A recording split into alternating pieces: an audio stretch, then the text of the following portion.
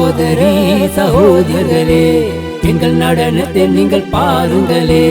நண்பர்களே நண்பிகளே, எங்கள் இந்த கீதத்தை கேளுங்களே. இது சத்தியத்தின் குரல், இது சத்தியத்தின்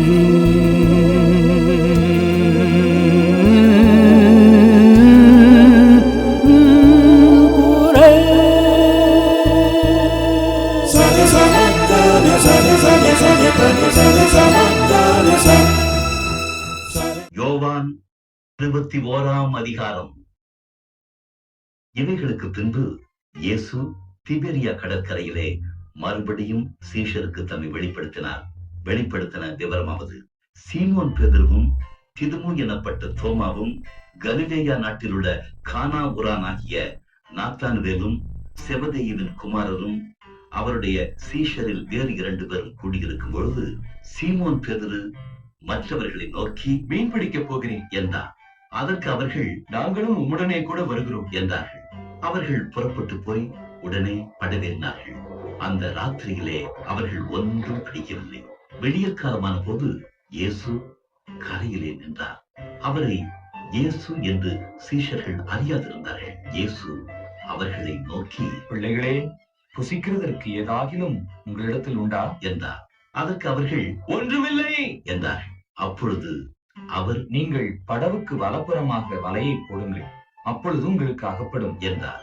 அப்படியே அவர்கள் போட்டு திரளான மீன்கள் அகப்பட்டதனால் அதை இழுக்க மாட்டாதிருந்தார்கள். ஆதலால் இயேசுவுக்கு அன்பாய் இருந்த சீஷன் பேதுருவை பார்த்து, அவர் கர்த்தர் என்றார்.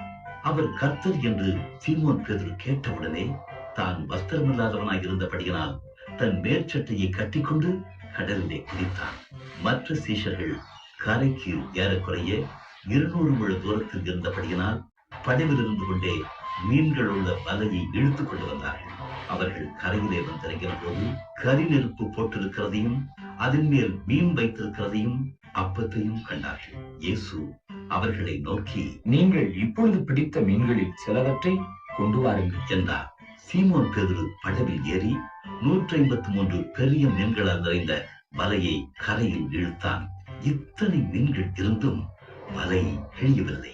இயேசு அவர்களை நோக்கி, வாருங்கள், போஜனம் பண்ணுங்கள் என்றார்.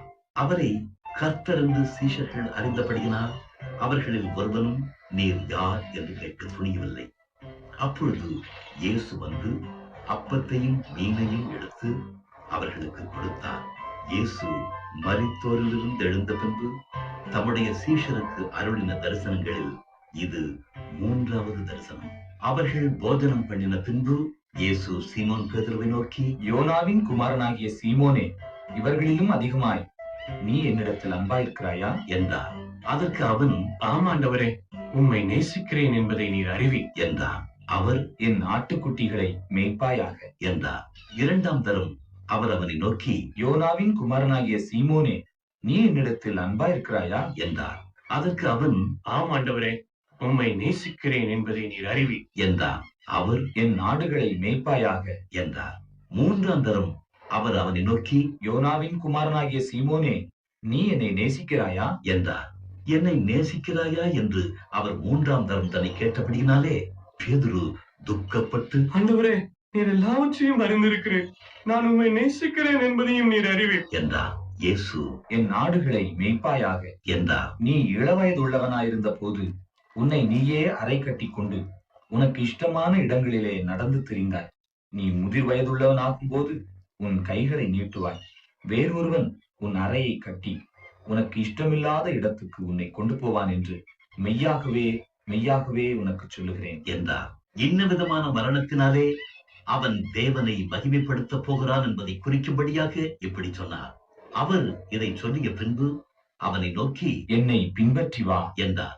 பேதுரு திரும்பி பார்த்து இயேசுவுக்கு அன்பாக இருந்தவனும் ராப்போஜனம் பண்ணுகையில் அவர் மார்பிலே சாய்ந்து, ஆண்டவரே, உம்மை காட்டிக் கொடுக்கிறவன் யார் என்று கேட்டவனுமாகிய சீஷன் பின்னே வருகிறதை கண்டான்.